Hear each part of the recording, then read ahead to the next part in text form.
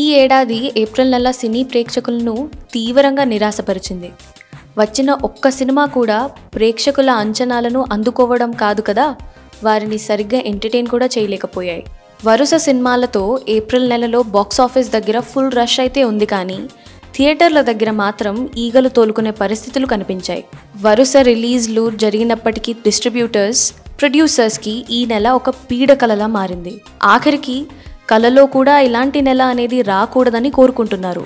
March నెలలో mad square, coat లాంటి చిన్న సినిమాలు కూడా ఒక ఊపు ఊపేశాయి. కానీ ఏప్రిల్లో పెద్ద హీరోలు, బాగా తెలిసిన నటుల సినిమాలే వచ్చినా ఒక్కటంటే ఒక్కటి కూడా ఆశించిన స్థాయిలో రాణించలేదు. ఏప్రిల్ ఫస్ట్ వీకెండ్లో ఎల్వైఎఫ్, శారీ, వృషభ, శివాజ్ఞ, 28 డిగ్రీ సెల్సియస్ చిత్రాలు విడుదలయ్యాయి.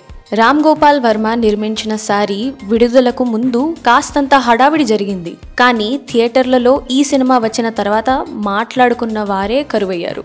అలానే పొలిమేర దర్శకుడు డాక్టర్ విశ్వనాథ్ రూపొందించిన తొలి చిత్రం 28 డిగ్రీ సెల్సియస్ కూడా ఎలాంటి ప్రభావాన్ని చూపించలేదు.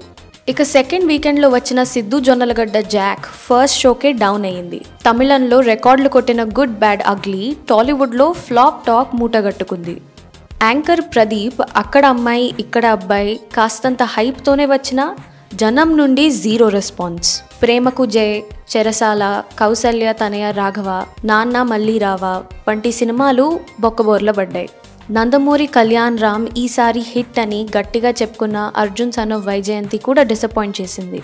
ఓదెలా 2 బ్రేక్ ఈవెన్ అని హడావిడి చేసిన ప్రొడ్యూసర్కి లాభమే కానీ డిస్ట్రిబ్యూటర్లకు నష్టమే మిగిలింది.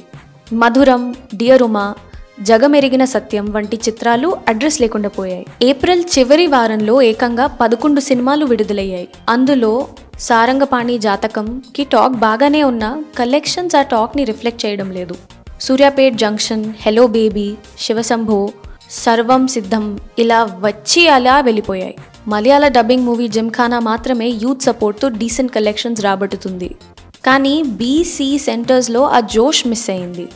మోహన్ లాల్ నటించిన మలయాళ చిత్రం తుదరం అదే పేరుతో తెలుగులో డబ్ అయింది. సినిమా బాగానే ఉందనే టాక్ వచ్చినా పబ్లిసిటీ లేక జనాలను థియేటర్లకు రప్పించలేకపోయింది. సంపూర్ణేష్ బాబు నటించిన సోదర, త్రినాథరావు నక్కిన నిర్మించిన చౌర్యపాఠం కూడా బాక్సాఫీస్ దగ్గర చేతులెత్తేశాయి. ఏప్రిల్ నెలలో వచ్చిన సినిమాలు తీవ్ర నిరాశకు గురి చేయడంతో ఇప్పుడు అందరూ మే 1న రాబోతున్న న్యాచురల్ స్టార్ నాని హిట్ 3 సూర్య డబ్బింగ్ మూవీ రెట్రో మీదనే ఆశలు పెట్టుకున్నారు.